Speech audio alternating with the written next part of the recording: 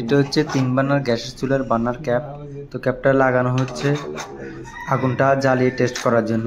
এই চুলাটি শুরুতে সিলিন্ডার গ্যাসের ছিল, এখন নজল পরিবর্তন করে ল্যান্ড গ্যাসের করা হয়েছে।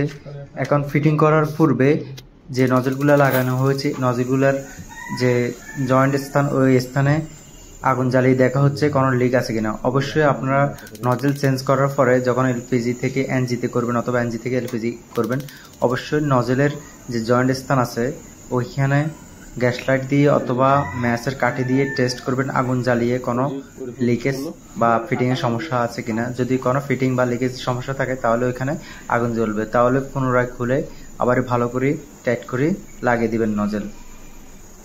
সার্ভে সংক্রান্ত যে কোনো বিষয় জানতে আমাদের সাথে যোগাযোগ করতে পারেন।